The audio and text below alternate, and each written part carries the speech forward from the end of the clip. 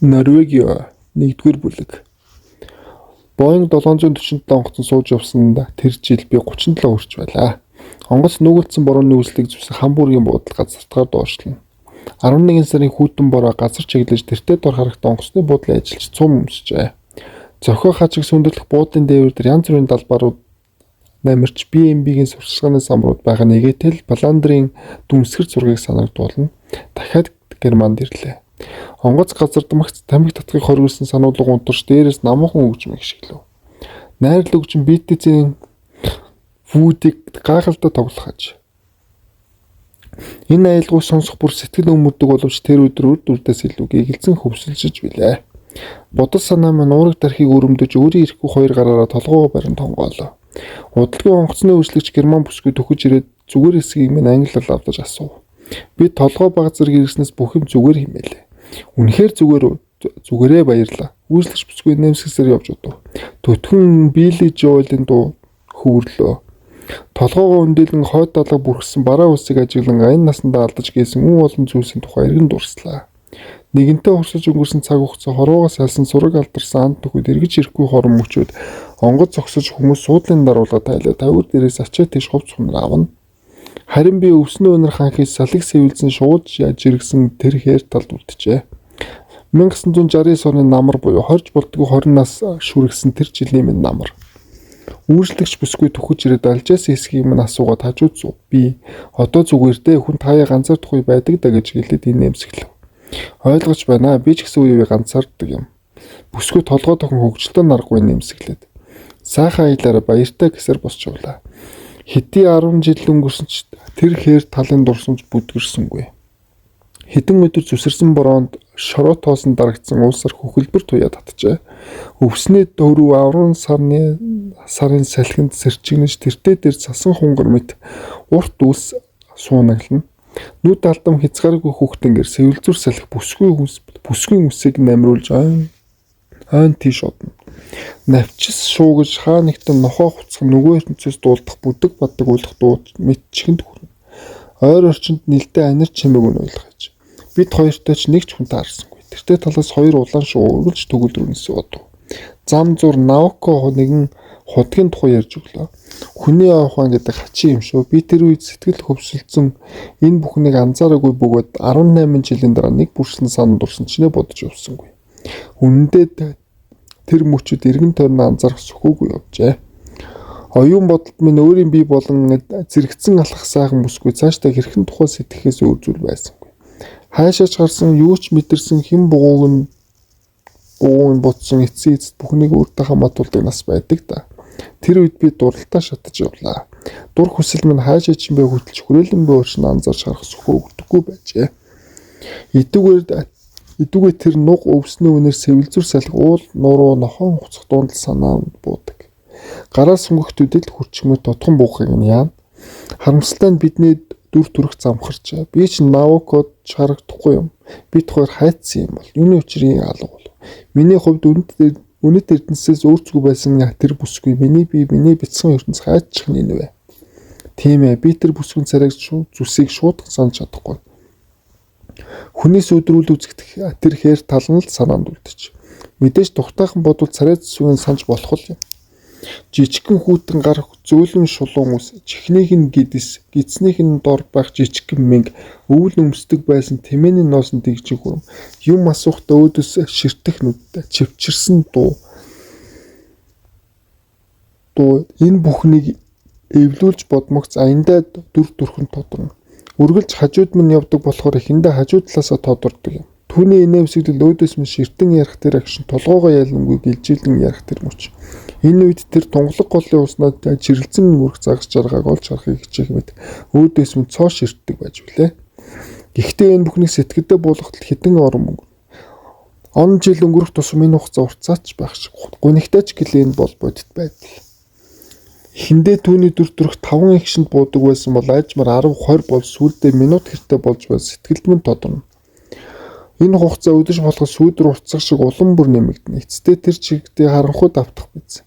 Цагийн саалтаар дурсамж дурдтгал минь бит хоёрын зогссон тэр газар солилцоор л байна.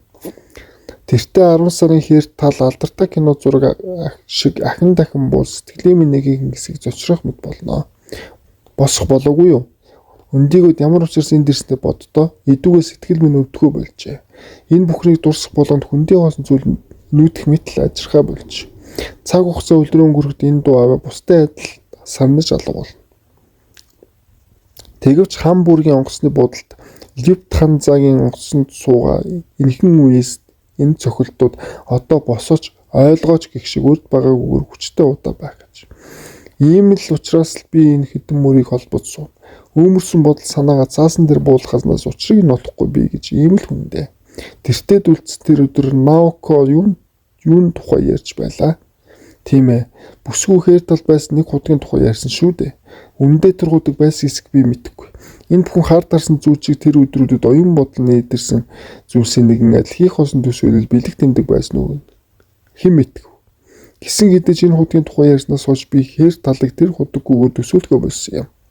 Чухамдаа би хоёр нүдэрээ хараагүйч тэр худаг санаанд минь эргэн буух талд үдий болтол орсоор байдаг. Тэр худгийг би нэгэнгүүд дүрсэлж чадна. Худаг хээр тал бяцхан төгөлтөө нийлэх тэрхэн хэсэгт байхаагаад алд хэрийн ханхуй амсрыг нь тойроод өтгөн үс халахлан ургана. Ойр орчимдоо хожуул болоод чулуу хашилтгүй газарт нэг л нүх онгоож харагдана.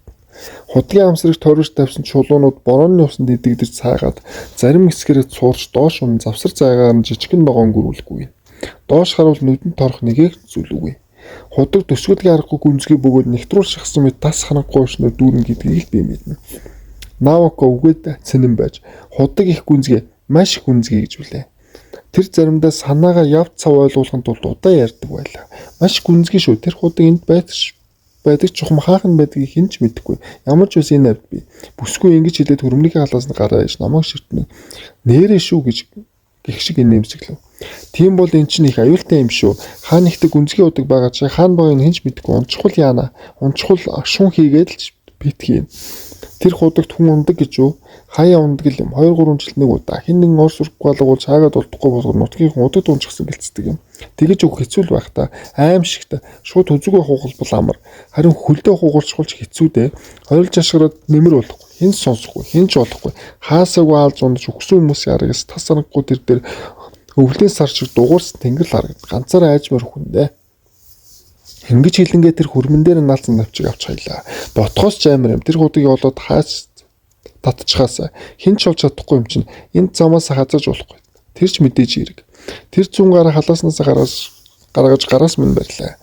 Айсны хэрэггүй чи энэ шүндөлөр явсан ч худагт унахгүй. Би ч гэсэн чамтай байгаа цагтаа унахгүй. Хизээж унахгүй гэж юу? Хизээж яаж мэдэж байгаа юм бэ? Зүгээр л мэдэж байна. Гэт тэр гараас минь натгсан сан. Бид хэсэг зур чимээг балах. Би иймэрхүү зүйлийг мэддэг юм аа. Зүгээр л унахгүй гэдгийг мэдэрдэг. Жишээ нь чамтай байхад би юунаас ч яддаггүй. Муу мухуу зүйл намайг өрхтөж чадахгүй. Ийм амархан юм бол үргэлж чамд байх л болох юм байна. Чи үүндээ ингэж бодож байна гэж юу? Тэгэлгүй яах вэ? Бид хоёр зогсоод Наоко мөрөн дээр минь хоёр гараа тавьж нүдрөө минь ширтлээ. Хархан нүдэнд нь ус сэргэлдэг шиг цаахан нүдэрээ хэсэг зүүн намайг ширтээд өсгийгөө өргөн хацарт минь хацраа нав. Халуу төөнөөс сэтгэл гэгэлзээд зүрх минь зогсоход төглөө. Чамд баярлаа. Зүгээр дээ. Хамт бай гэхийг чинь сонсоод ямар их тогтолцсон юм мэддэгч болоосоо. Харамсалтай нь бид хоёр хамт байж чадахгүй байх таа гэж тэр их л гонигтай өгвөл. Яагаад гэвэл боломжгүй шүү дээ. Дэндүү хатуу сэтгэл гаргасан бол. Яагаад гэвэл тэр хуруугаа хураан хэсэг алах уу. Дотроо элдвийг бодож бууг нь ойлгох учир жимээгүй хүн зэрэгцээд явлаа.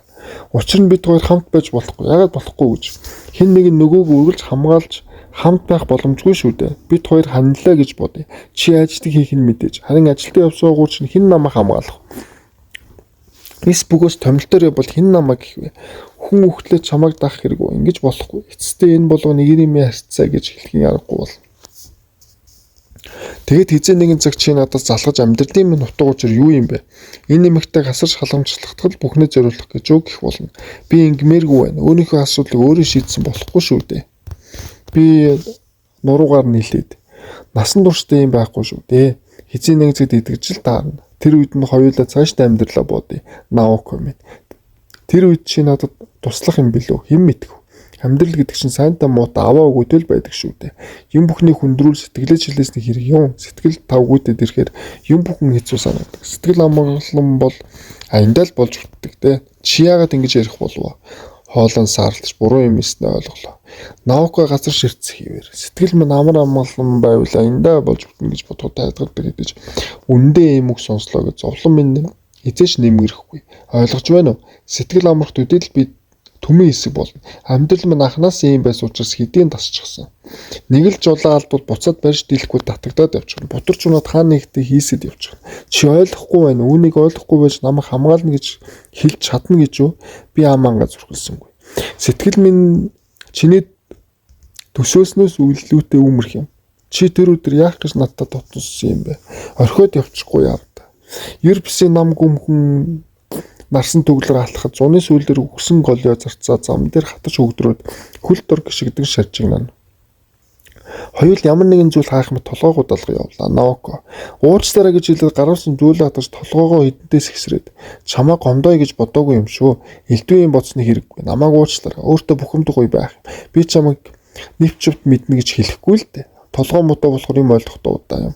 Энэ бүхнийг ойлгоход тодорхой хугацаа хэрэгтэй. Тэгсэн цагт би чамайг хэн хүнээс илүү сайн мэддэг бол. Бид хоёр чимээ энерги орчин дуусан зогслоо. Би гутныхаа хоншороор мөчөр өшөглөж нарсан дундаас цэлэн харагдах тэнгэр үд ширтв. Наоко гараа халааслаад юу ч харлгүй бодол тавтан зогсно.